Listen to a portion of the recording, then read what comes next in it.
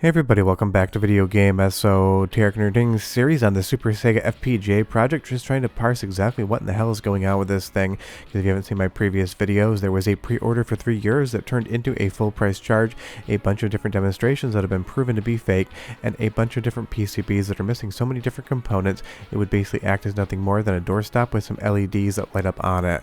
But of course, Super Sega is back talking about more pre-orders and showing off more quote-unquote demos of the Super Sega FPGA. So we're going to parse through all the current information available that is new since the last video, and trust me, by the time you're done watching, you're going to be more confused than you are before, because none of the information provided provides any sort of answers as to what in the hell this thing's actually going to be. It basically just is the strangest thing you've ever seen. Honestly, at this point in time, I really do feel like it is some sort of Adult Swim parody. I'm watching at 2 o'clock in the morning after coming back from a bar and having that one last shot that I probably didn't need, but decided to take anyway. Before we get too far involved though, do me a huge favor, go down below, hit like and subscribe, and ring that notification bell. Definitely helps us out. And if you feel so inclined to want to support the channel, got a Patreon link down below as well. But last time we checked in with the Super Sega team, they were rolling up in an orange Lamborghini and ended up actually hitting a car in the parking lot. Some more eagle-eyed observers realized when they watched this video that the person driving actually swung the door open into another car.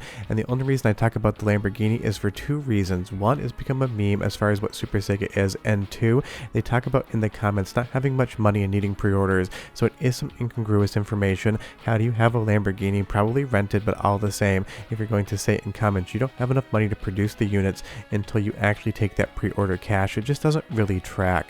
And you'll see here Super Sega is back. They've switched out the Lamborghini for a white and blue, kind of looks like Optimus Prime motorcycle down there, but for some strange reason cars and vehicles always show up in these videos. And if you can't tell already, they're going to be going through all of the different consoles that Super Sega FPGA can actually run. So we're back in the video game trap house that is Super Sega FPGA. And as we kind of just pan around the screen here, none of the current information, none of the current videos are going to show Super Sega FPGA actually running anything. We get all of these awkward camera movements on a cell phone, just showing different consoles and games that apparently Super Sega can play, so it really doesn't make much sense as what you're supposed to glean from this information. But they are going to show a Super Sega FPGA unit in a box, so they've at least got some cardboard into the mix. And I'm not at all surprised that this exists, and I'm not surprised that there is a plastic case, because we talked about in previous videos, one of the companies that was founded by Super Sega FPGA's founders was Cinemartin. They produced quote-unquote an 8K cinema camera that basically never existed, but they did get it into a certain shaped box. So honestly, this really isn't that surprising. If you go through the history of other brand new consoles from small companies, getting it in a plastic case, getting it in a box is something they always do, because it is much easier than actually standing up an FPGA core, any sort of emulation device on a custom PCB.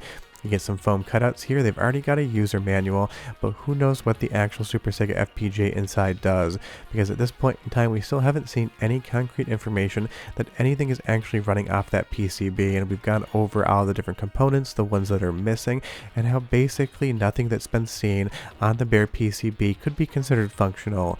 And it isn't lost to me that now we don't even get a look at that PCB. It's always going to be enclosed in a case. So you can kind of parse that information as you will, but it seems like the Super Sega FPGA team is no longer willing, at least at this point in time, to show the PCB inside of the actual box, because a lot of people much smarter than me have gone through, electrical engineers, and basically talked about all of the components missing and how that LED array was nothing more than just a few components to make that LED light up. And even if you put something in a box, even if you give it an instruction manual, it doesn't mean it's actually the thing you state it is. I can show you a photo of Bigfoot on screen, but that doesn't mean he's going to be real. And honestly, I could just post a photo of your mother and you'd probably get confused as well. But all jokes aside, if you can't tell, I like to have fun with these Super Sega videos. And this is after the previous video where they talked about the pre-orders and stated that they were only going to take €3. But in the actual charge screen before the pre-orders went live, I did tell everyone that if you read the fine print, they could end up making the final transaction at any point in time they wanted. You were giving them carte blanche permission to charge your card the 400 and change euros when they saw fit. And no surprise, they actually went and did it within like 48 hours of actually taking the €3 pre-order, and they said it was a little bit of confusion, and that's what they meant the entire time. So this was basically the goal: get some pre-orders in for €3 and then immediately charge the card. Now they're going through the quote-unquote production process. There's also going to be apparently crowdfunding so they can make more of these units. So my guess would be that they're going to need some time before they ship you anything for very particular reasons. And that is the interesting thing. Again, we're not even seeing the console in action anymore, and nothing that we've seen up to date would lead anyone to have any confidence that this actually is a functioning product. A lot of the video is completely unclear, and yes, that was one of the engineers right there in his underwear. If you missed it from the last video, that's how he decided to shoot it. You really don't see much of anything in these, and he does go behind the television at one point in time to show you nothing else is hooked up, and hilariously the back of the TV has also been painted white just like the wall. That's why I say this almost feels like parody. It is so nonsensical, it is so strange, it is so confidence uninspiring that you're never quite sure what it is you're actually looking at. You can even see that he is smoking on camera while he presents this.